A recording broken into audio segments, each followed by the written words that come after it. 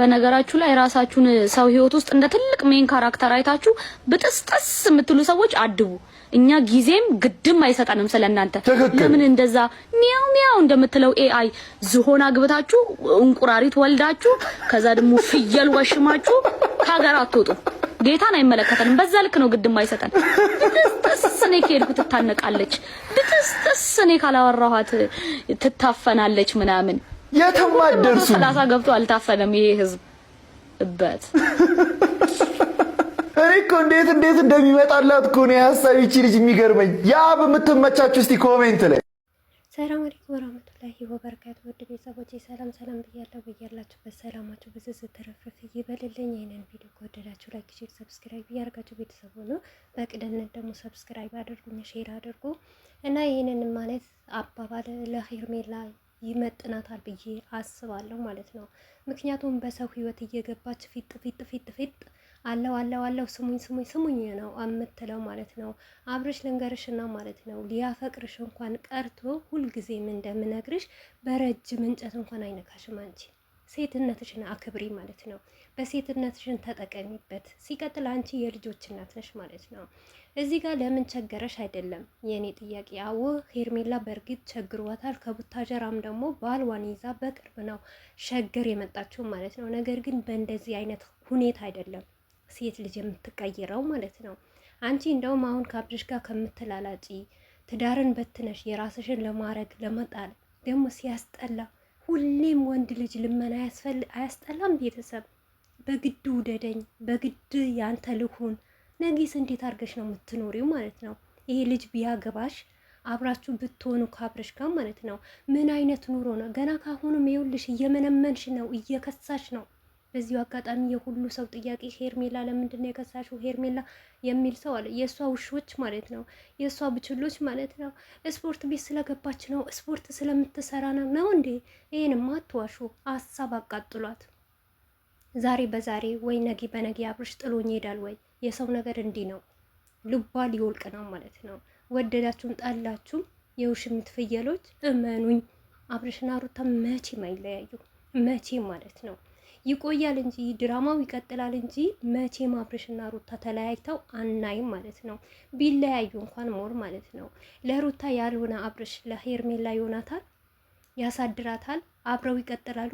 ነጊስ በምን ትተማመናለች? እሷ እኮ አሁን እዛኔ የመጣች ጊዜ ሄርሜላ ስትመጣ አብርሽ ባለትዳር ነው፣ ሚስቱ እርጉዝ ናት። ገባችኋ? በብዙ ነገር የተያዘ ሰው ነበር አብርሽ። አሁን ነው እንጂ ነፃ የሆነው ማለት ነው።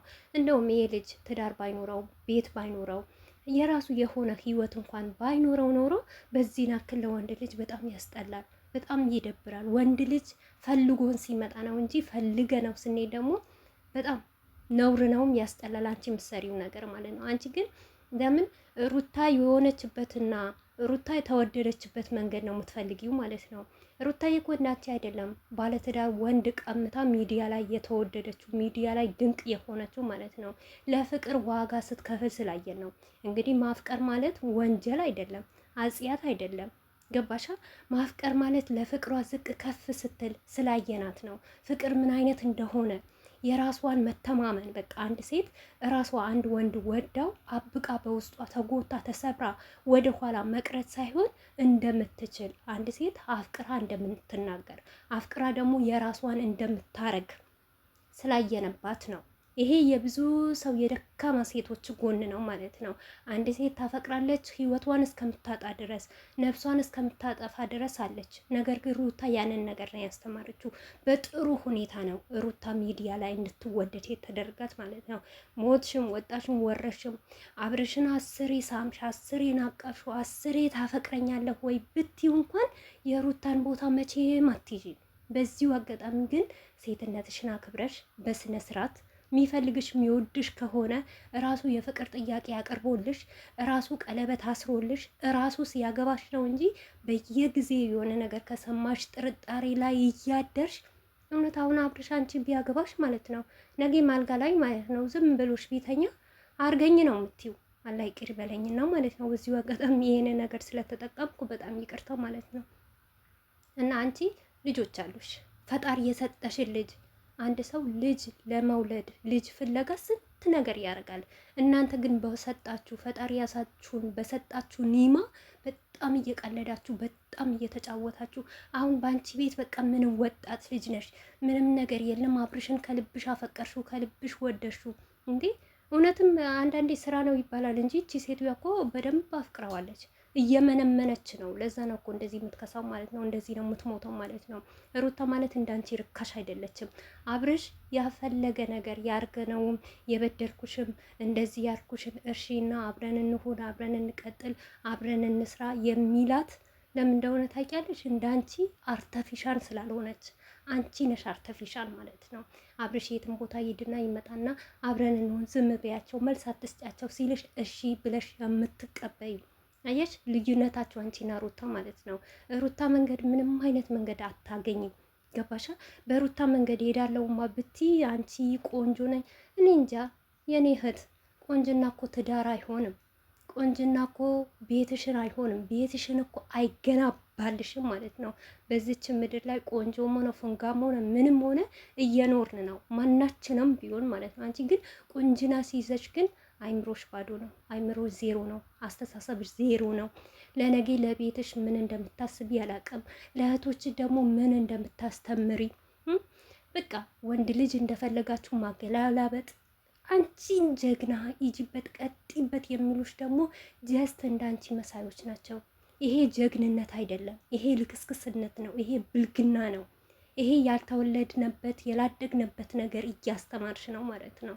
እና ልጅሽን ብታሳደጊና በሰላም መንገድ ከተቸገርሽ፣ ከራበሽ፣ ከጠማሽ ህዝብ አጠገብ ቆመሽ እንደዚህ እርዱኝ ብቲ ከአብርሽ የበለጠ ህዝብ ይወድሻል፣ ያደንቅሻል፣ ያከብርሻል፣ ህዝብ ያዝንልሻል። ነገር ግን እዚህ ጋር የሰውን ባል እየላሽ የሰውን ባል እየቀማሽ በግድ ለምን አልወደድከኝም፣ በግድ ለምን አላገባኸኝም ብለሽ ልጁ ራሱ ከሚወዱት ኦዲየንሶች ከሚያከብሩት ቦታ ከሚሰጡት ኦዲየንሶች ጋር እንደዚህ በጥላቻ እንዲታይ አታደርጊም። እውነት አንቺ አብርሽን የምትወጂ ከሆነ የምታከብሪ ከሆነ የምታፈቅሪ ከሆነ ለፍቅር ዋጋ የምትከፊ ከሆነ አብርሽ ለቀቅ አድርጊው። ምክንያቱም አይገባሽም፣ ላንቺ አይሆንሽም። በኦዲየንስም ዘንድ አታጣይው። ምክንያቱም እሱ ላንቺ ብዙ ዋጋ ከፍሎልሻል። ድህነትሽ እንዲያልፍልሽ ብሎ ነው እሱም በዚህ ስቃይ ገብቶ የሚሰቃይልሽ ዋጋ የሚከፍልልሽ እንድትለወጪና እንድታድጊ ማለት ነው። እና ስለዚህ እሱ እንደሚጠቅምሽ ደግሞ አንቺም ለሱ ጥቀሚው። በጣም የሚወዱት በጣም የሚያከብሩት ኦዲየንስ አሉት። በእነሱ ዘንድ እንዲጠላና በቃ እንዲሰለቸን አታድርጊ። በሱ ደግሞ ብዙ ነገር ይዘናል። በአብርሽና በሩታ ብዙ ነገር አድርገውልናል። ያንን ውለታቸው ደግሞ በእጅሽ በአንቺ የመጣ እንድንበላቸውና እንድንከዳቸው አታድርጊ። እውነት ላንቺ ልቦና ልብ ካለሽ፣ ንጹህ ልብ ካለሽ፣ እንደ ወንድምሽ ካየሹ አብርሽን ለእሱ ቦታ ካለሽ እንኳን ትንሽ ነገር አስቢለት፣ ማሰብ ከቻልሽ ማለት ነው እንጂ ሩታን መቼም አትሆኝም እናቴ። ሩታ ማለት ጀግና ናት፣ አንበሳ ናት፣ ማንም አይበግራትና የሩታ ታውቂያለሽ አይደለም? እንደዚህ አንቺ እየመጣሽ ወንድን እየላሽ ወንድን እየሳምሽ በግድ ሳመኝ ቀፈኝ ስትይ አይደለም? ኖርማል እንኳን ቪዲዮ ብትሰሪ እንደ ሩታ አትሆኝም። ሩታ ድንቅ ልጅ ናት፣ ውብ ልጅ ናት። እንዳንቺ ደግሞ ልክስክስ አይደለችም። እንዳንቺ ደግሞ ዲቃላዋን ደብቃ ምናምን ነገር ነይሱ ውስሙኝ ውጡ ውረዱ አትልም። ገባሽ? አንቺ እኮ ዲቃላሽን ደብቀሽ ነው ከባሏ ጋር ያዙኝ ልቀቁኝ የምትይ። በዚሁ አጋጣሚ አንዳንድ አላችሁ የውሽሚት ኦዲየንሶች ማለት ነው፣ ጨርሱኝ ንገሩኝ አትበሉ፣ አርፋችሁ ተቀመጡ ማለት ነው። ካደነቃችሁ አድንቁ። ሞታችሁም ቢሆን አብርሽ መቼም አይነካትም። አብርሽ የሄርሜላ አይደለም። ሞር እንኳን ከሩታ ቢለያዩ ማለት ነው አሪፍም ሰላምም ያለው ኑሮ አያኖራትም። የሚያስበው ጭንቅላቱ የምትመጣበት ሩታ ናት እንጂ ሄርሜላ አይደለችም። ሄርሜላ በምንም መንገድ አብርሽ አያፈቅራትም፣ ሊያፈቅራትም አይችልም፣ ሊጎዳትም አይችልም፣ ቦታም ሊሰጣት አይችልም። እያላገጠባት